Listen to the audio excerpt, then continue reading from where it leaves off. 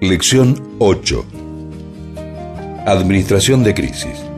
Bien, ya vimos en el video anterior los conceptos correspondientes al gerenciamiento de crisis, es decir, qué papel juegan los niveles superiores y la doctrina frente al problema de la crisis de alto y altísimo riesgo.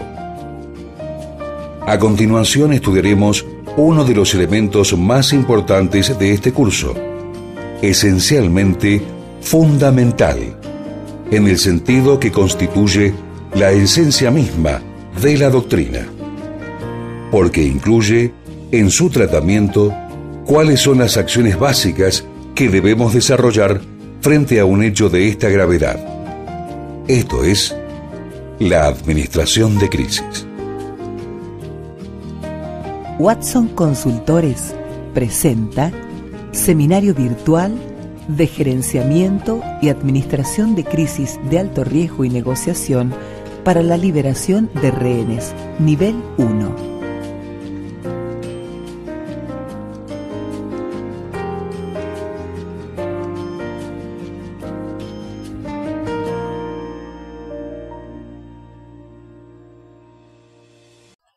Iniciamos en esta segunda parte el estudio de la administración de crisis.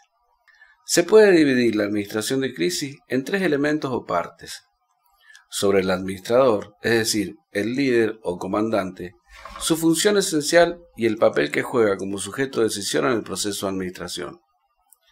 En segundo lugar, sobre lo que administra, es decir, el equipo de administración de crisis, no desde el punto de vista de su constitución, que es lo que vimos en capítulos anteriores, sino sobre su actuación, que es lo que veremos a lo largo de todo el proceso. Y por último, sobre lo que se administra, es decir, las acciones básicas que deben desarrollarse para el buen curso de la resolución del evento crítico, cualquiera sea este. Este último punto lo desarrollaremos en las próximas 7 lecciones. Con respecto al administrador, digamos que frente a un conflicto, el comandante debe saber lo que debe hacer. Esto se logra mediante un proceso racional y analítico de resolver las crisis basados en medidas de acción preestablecidas y la evaluación de las probabilidades. El comandante debe trabajar bajo una tremenda presión del factor riesgo. Todo lo que él decida será determinante en los resultados y es ahí donde se acentuarán sus errores. Muchas veces, malas decisiones no admiten retroceso. No hay marcha atrás. Cuando una persona muere en un incidente de este tipo por un error del comandante, no hay forma de corregir este error, no se puede volver al estado original de cosas. De acuerdo a lo que nosotros vimos cuando estudiamos el gerenciamiento, cualquiera sea el aspecto doctrinario que se adopte, invariablemente la escena de acción debe estar bajo la dirección de una sola persona, que denominaremos el comandante. Esto tiene su fundamento en el principio estratégico de unidad de mando. A pesar que algunas administraciones creen conveniente designar un comité para que administre la crisis, el principio de unidad de mando nos dice que para que las acciones sean realmente efectivas, una sola persona es la que debe tomar todas las decisiones. Podrá estar asesorado por los jefes de grupo, pero este principio nos dice, una sola persona toma las decisiones y todos saben a quién deben responder. Más de un comandante entonces nos conduce inevitablemente a los conflictos de mando.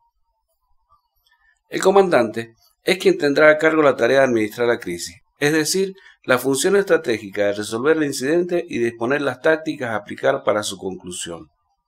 El comandante es la figura central en la resolución de la crisis, ya que sobre sus espaldas descansa la responsabilidad en la conducción de las operaciones.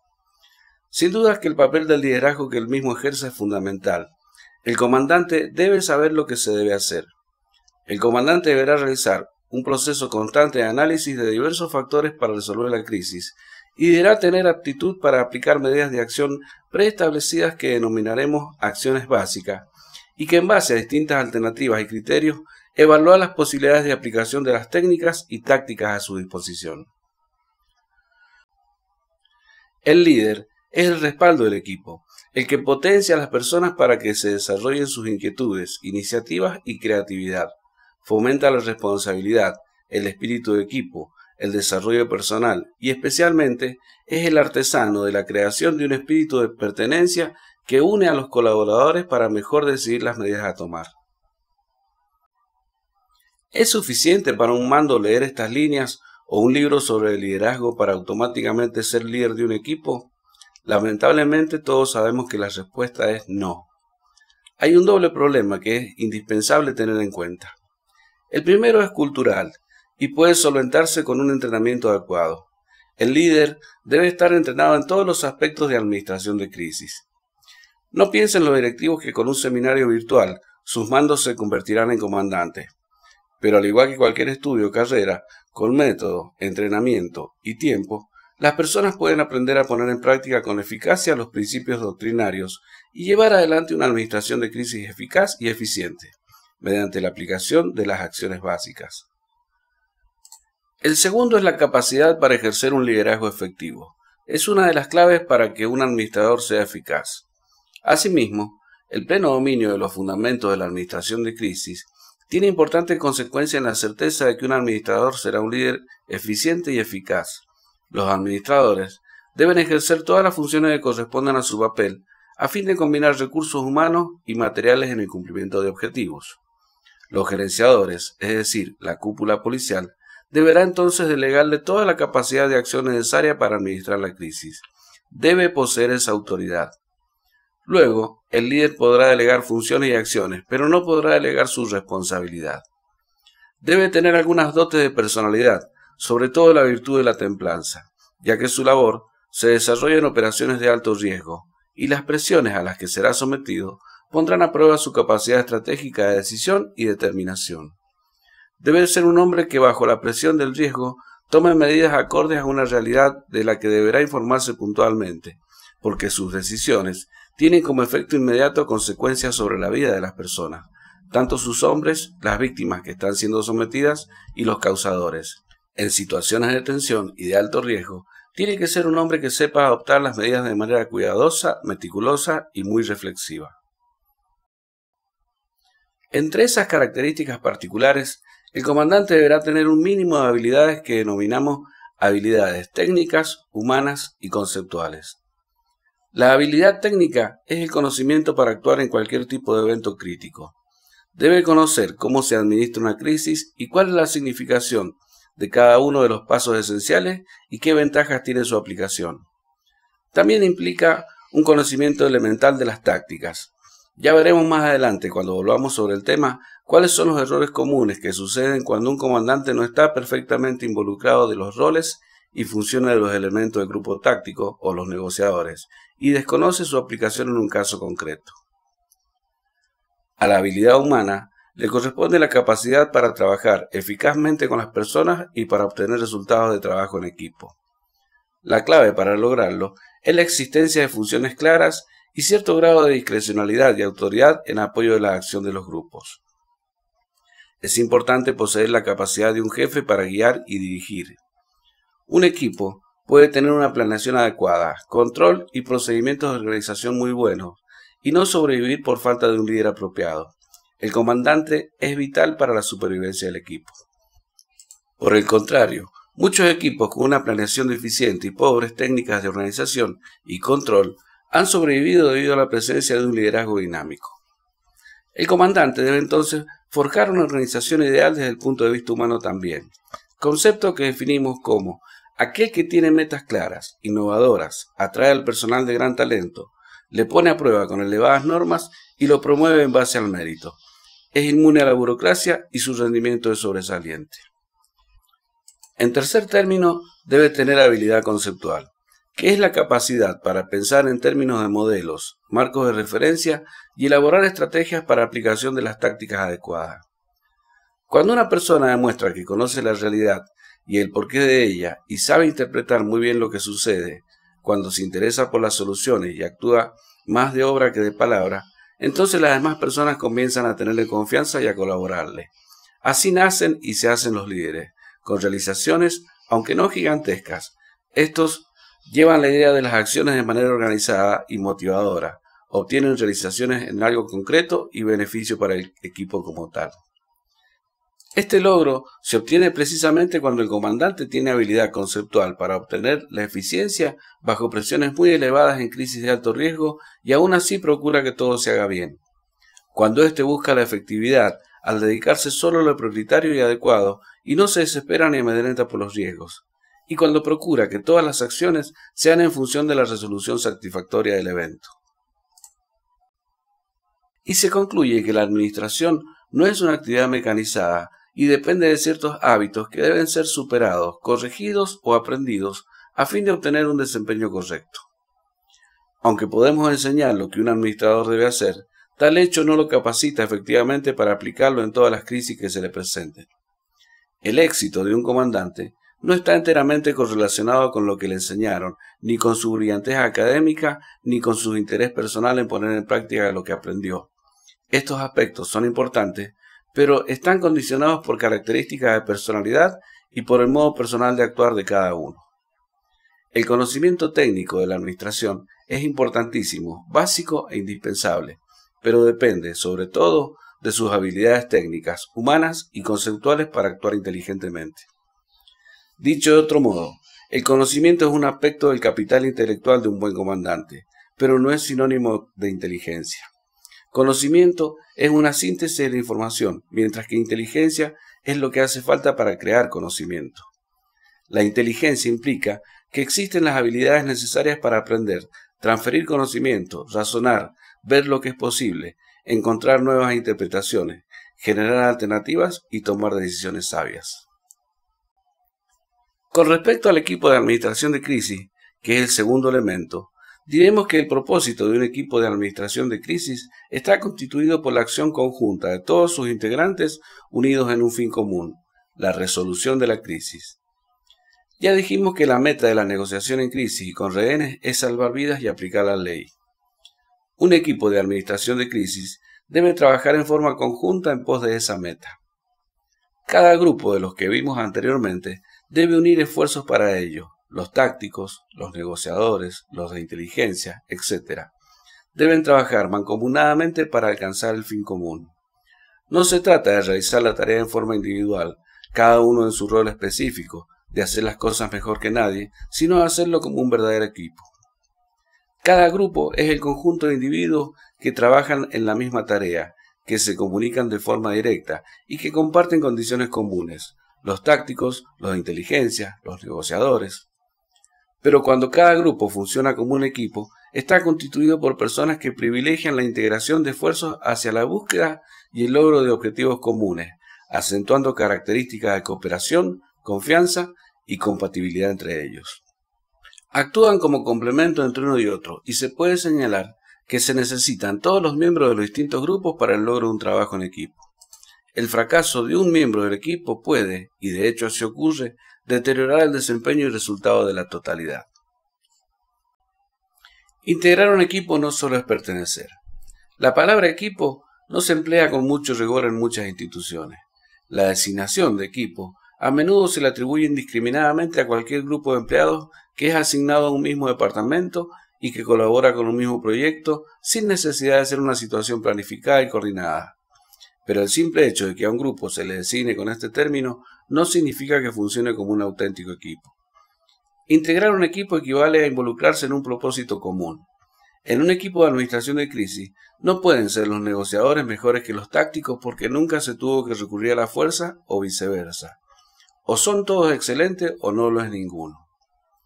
Por eso es que el trabajo de equipo no implica a muchos trabajadores haciendo tareas distintas. Cuando los componentes de un grupo conocen sus objetivos, contribuyen con entusiasmo, responsabilidad y con un sentimiento de mutua dependencia que los lleva a apoyarse recíprocamente para el logro de las tareas, se puede decir que ese grupo está realizando un trabajo de equipo, es decir, un solo trabajo hecho por todos. En un trabajo de equipo, ninguna tarea es más relevante que otra, porque aquí cuenta tanto el negociador, el sniper, como aquel que lleva y trae mensajes, porque todo cuenta y todos son importantes. Para la verdadera constitución de un equipo con características sinérgicas, es preciso superar actitudes individualistas. Por eso decíamos, por ejemplo, que el negociador no es la figura central. Es un engranaje de toda una maquinaria y es preciso que él lo comprenda así y el resto del equipo también. Aquí no se trata de que todos trabajan para uno, sino por un fin en común, que es muy distinto. Y esto hace que se construya una cultura en donde el desempeño colectivo es preponderante en el logro de las metas establecidas. Para ello, Se requieren cambios culturales, filosóficos, estructurales y de comportamiento y de modelos de gestión. El equipo de administración de crisis, por lo general, tiene elementos multifuncionales, es decir, sus miembros provienen de distintos departamentos y cumplen diversas funciones en el seno de la institución policial. Pero cuando una crisis ocurre y se los convoca, deben saber que responden a un solo esquema funcional dentro de las especialidades que cada uno desempeñe. Sin un adecuado entrenamiento y con un liderazgo bien definido y ejercido, a veces es difícil pasar en un momento de estructuras piramidales y rígidas a estructuras ajerárquicas, planas y flexibles, donde se prioriza la especialidad que cada uno posea por sobre las jerarquías. Yo soy el superior aquí, pero el que más sabe de explosivos es el experto en explosivos, que él decida cómo lo hará. Ese es el secreto. Esto también implica, lamentablemente, que cuando se detecte algún miembro que preconiza su labor por sobre la de los demás, sea llamado a la reflexión o tal vez deba ser separado del grupo, porque en esta labor, más que ninguna, nadie debe pensar que es imprescindible. Esto se logra fomentando el espíritu de equipo, y un verdadero espíritu de equipo pasa por las siguientes condiciones. Desarrollar al equipo mediante la ayuda mutua para que los integrantes aprendan sobre autoevaluación y autocrítica. Desarrollo de habilidades para enfrentar y solucionar los problemas de manera conjunta. Cambio de actitudes, valores y conductas orientadas a quitar velos de individualismos excesivos. Refuerzo de vínculos de afecto y aceptación entre los miembros participantes. Legitimación de los liderazgos alternantes, como en el caso de los negociadores.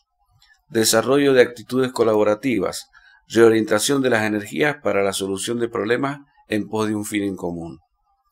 Tengamos en cuenta que en la administración de crisis, a falta del comandante, se supone que uno de los negociadores debe tomar el lugar de él. Por eso decimos la legitimación de los liderazgos en el caso de los negociadores, porque estos pueden llegar en algún momento a desempeñar la función del estratega, del comandante o del administrador, como lo hemos llamado. Pasemos ahora a las acciones básicas, que es el tercer elemento de la administración de crisis. La administración de crisis consiste en la ejecución de acciones básicas tendientes a obtener una correcta resolución de la crisis, minimizando los riesgos para todos los involucrados. Aunque lo dicho aquí parece muy sencillo, no cualquier líder está en condiciones de administrar una crisis de este tipo. Los problemas que vimos cuando estudiamos las crisis parecen ocurrir todos al mismo tiempo. Por eso es que se cumplirán pasos establecidos para evitar caer víctima de los apresuramientos. Cuando estudiamos las crisis, vimos que generalmente se producían las consecuencias invariables del tumulto y la improvisación.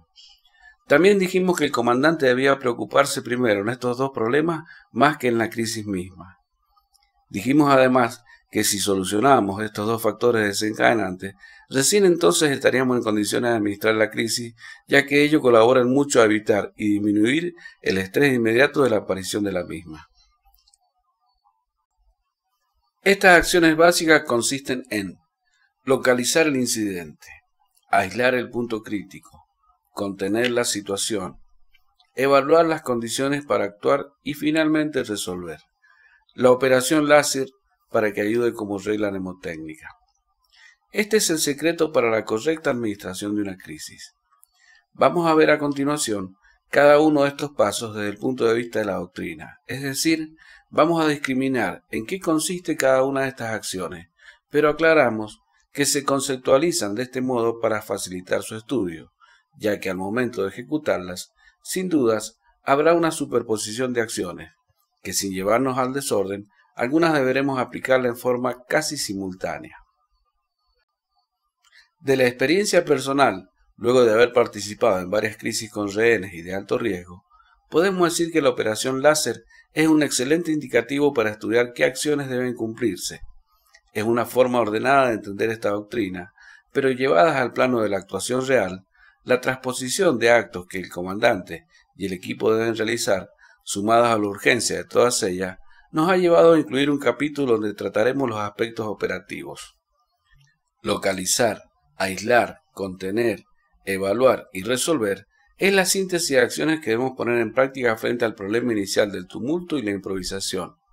Pero en la acción en concreto puede haber algún tipo de implicación, es decir, una superposición y mezcla de estos pasos porque la urgencia en la acción es primordial. No es una suma matemática, ni acciones que deban aplicarse secuencialmente una tras otra, porque las operaciones de este tipo generalmente se desarrollan en escenarios no solo conflictivos, sino donde la magnitud y visibilidad de la situación juegan en contra de estos fines y todas deben ser atendidas en igualdad de importancia. La vida de las personas está en juego y no puede haber demoras o ponernos a pensar que recién cuando se logre un perfecto aislamiento vamos a evacuar y evaluar la situación. Todo se desarrolla prácticamente al unísono. Mientras encargamos a algunas personas que vayan sacando a los curiosos, ya nos estamos informando de lo que más trascendente para evaluar qué acciones vamos a adoptar de inmediato. Por eso es que incluimos un capítulo dedicado a las operaciones en el terreno, para que de este modo el administrador tenga una guía más o menos ajustada a lo real y lo práctico de cómo ejecutar dichas acciones en una crisis.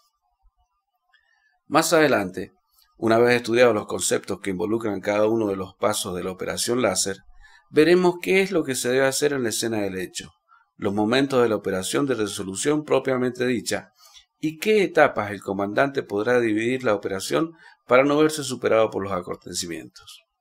Es decir, que mientras la doctrina nos enseña cómo se estructura la administración de crisis, la experiencia nos dice cómo se divide la operación propiamente dicha, llevándola a la práctica para aplicarla en un caso real. Por eso es que en la lección anterior decíamos que del dicho al hecho hay mucho trecho. Todavía estamos analizando la doctrina, que no por ello deja de ser fundamental en la formación del futuro negociador. Para encontrar sentido al concepto anterior, diremos que si bien es cierto existen 5 pasos que componen la operación láser, cada crisis es un mundo. Bien lo dice Pablo Guzmán, existen imponderables que hacen que cada situación de rehenes sea diferente, particular, única e irrepetible. No hay crisis más fáciles que otras, porque un episodio de aparente simple resolución puede complicarse en cualquier etapa del proceso y convertirse en la crisis más intrincada, y eso depende de muchos factores, principalmente de la conducta humana. Por tanto, el comandante deberá ir valorando y evaluando constantemente el curso de la administración. No es una suma aritmética de pasos que nos aseguren llegar a un determinado lugar. Mucho de lo que contribuye a resolver una crisis depende del conocimiento, el buen criterio, el entrenamiento y la experiencia. Muchos se preguntarán ¿para qué estudiar todo esto entonces si en la práctica no lo vamos a aplicar de este modo? Ya dijimos en lecciones anteriores que la idea de este curso es que el alumno comprenda cabalmente los porqués de las cosas. Bien podría enseñarse solamente las operaciones y entonces el curso podría haber comenzado por la lección siguiente. Obviamente todo lo que hemos hablado sobre las crisis y el gerenciamiento lo podríamos haber obviado. Sin embargo, no hay que subestimar la doctrina. Este pequeño concepto que nos da Pablo Guzmán podría ser la clave de esto y la respuesta a esa pregunta. Cada situación de rehenes, cada crisis es particular, única e irrepetible. Por tanto, la solución para cada problema también debe ser particular, único e irrepetible. Y para realizar estas estimaciones, la doctrina nos dará la respuesta.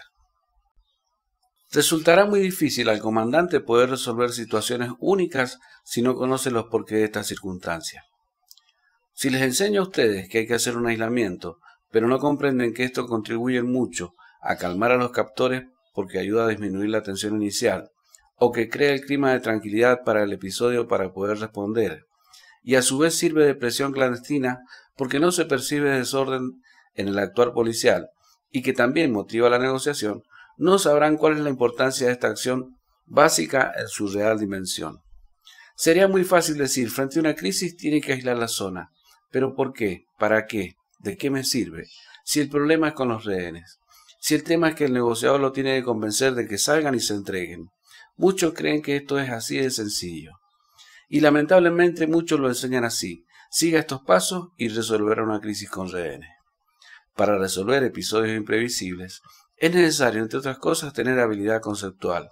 Y esto se logra a través del conocimiento de los porqués.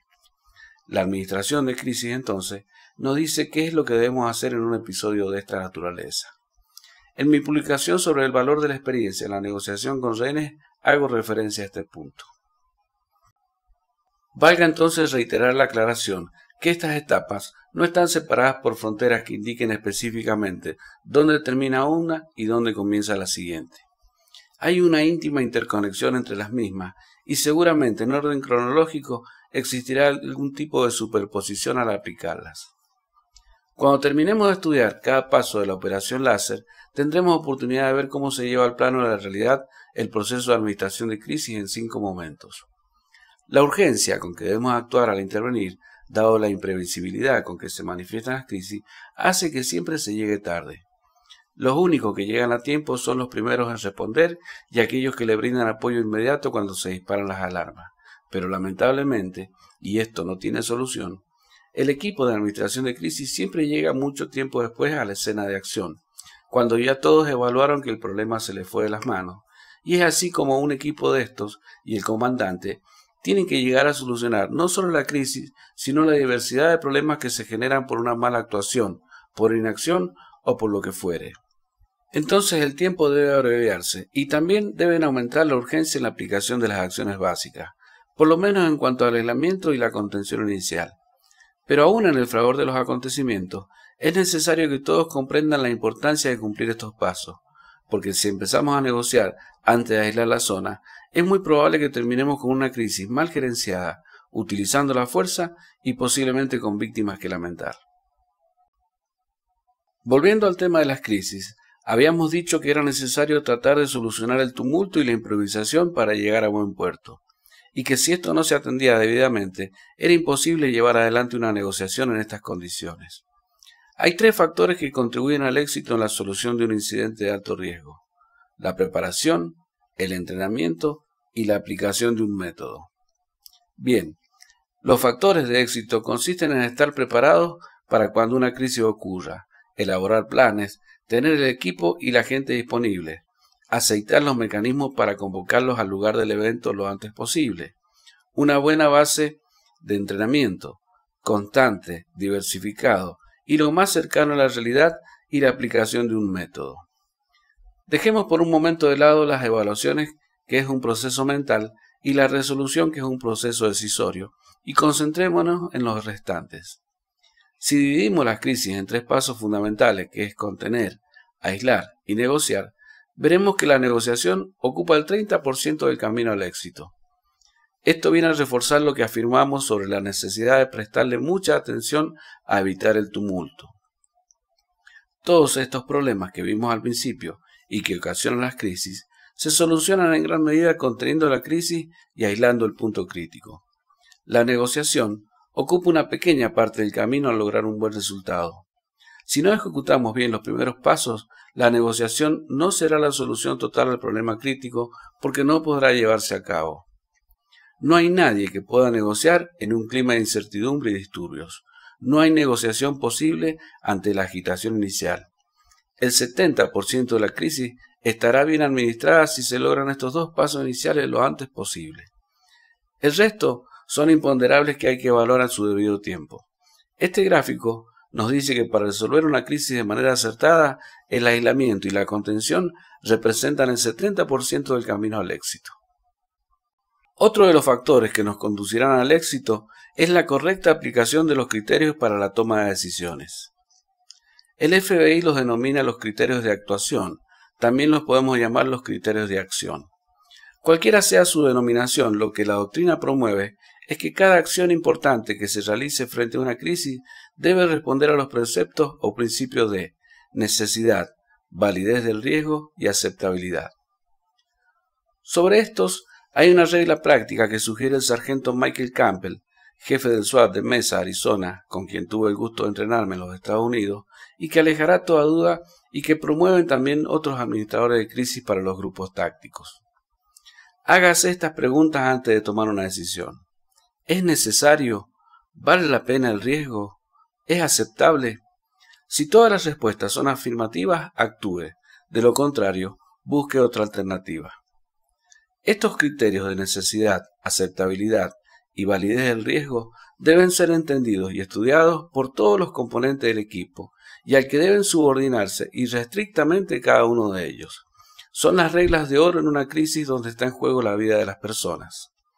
De este modo, Cuando alguno de los integrantes del equipo tiene una iniciativa que puede parecerle brillante, si la somete al análisis de estos criterios, puede ahorrarle al administrador o al comandante el estar analizando y desechando ideas que a veces no son del todo adecuadas.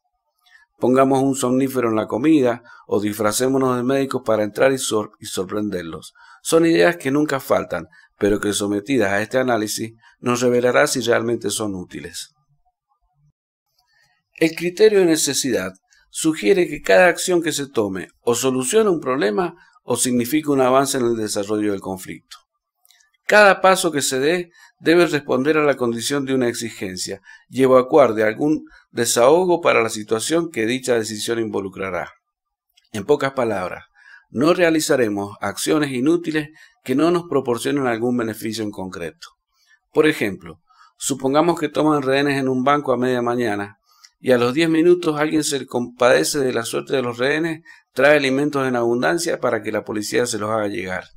¿Es necesario? No. Por supuesto que 12 horas después la respuesta podrá ser distinta. Por eso también es útil que el comandante comprenda que en la administración de crisis, la toma de decisiones involucra el análisis de una serie de factores que van cambiando constantemente y que deberá evaluar en el proceso al instante de actuar. Decisiones tomadas a destiempo pueden afectar el curso del proceso. El criterio de validez del riesgo implica que cada acción es razonable cuando las posibilidades de peligro son menores que los riesgos o amenazas que significan no actuar en ese sentido, o bien los resultados están dentro de los valores que hemos asumido como aceptables. Está estrechamente ligado al criterio de necesidad. La diferencia aquí consiste en que estamos decidiendo sobre una acción que implique un riesgo adicional. Dicho de otro modo, si asumimos un riesgo es porque ese riesgo es menor que la amenaza que lo motiva, o siendo de igual género, existen más posibilidades de éxito que de fracaso. Por ejemplo, tenemos un sospechoso beligerante que está haciendo disparos al aire y necesitamos saber si hay alguna otra vía de acceso para irrumpir por el uso de la fuerza. El negociador considera oportuno hacer una negociación cara a cara para observar el interior del lugar. ¿Vale la pena el riesgo? Obvio que no. ¿Vamos a arriesgar la vida solo para saber si hay otra puerta allí? Primero esperaremos que el sujeto se calme o se quede sin municiones, o buscaremos otra alternativa de conocer esa información. Tal vez él mismo la proporcione, pero arriesgar la vida del negociador para hacer solo una observación al interior cuando un sujeto está en pleno apogeo de su alteración y violencia implica un riesgo que no es válido. En las mismas condiciones, si sabemos positivamente que hay un rehén herido y que está grave, y el sujeto se niega a facilitar su auxilio porque quiere que se muera sin asistencia para lograr sus cometidos, en esa situación planeamos llevar a cabo una irrupción en el lugar con los tácticos para rescatar con vida al rehén. ¿Vale la pena el riesgo? Sin duda que hay un riesgo, hay un gran riesgo, pero los tácticos están entrenados para estas situaciones y las posibilidades de éxito pueden ser mayores que si no actuamos y el rehén termina muerto. Claro que todo depende de la situación, el lugar, el captor y sus armas. Aquí vemos cómo en el análisis de los criterios también entran en juego todos los factores que hacen a la crisis misma y por qué afirmamos que cada evento crítico es único. El criterio de aceptabilidad se refiere a que las acciones que adoptemos deben estar perfectamente en consonancia o de acuerdo con la ley, la moral y la ética. Uno de los objetivos de la doctrina es aplicar la ley.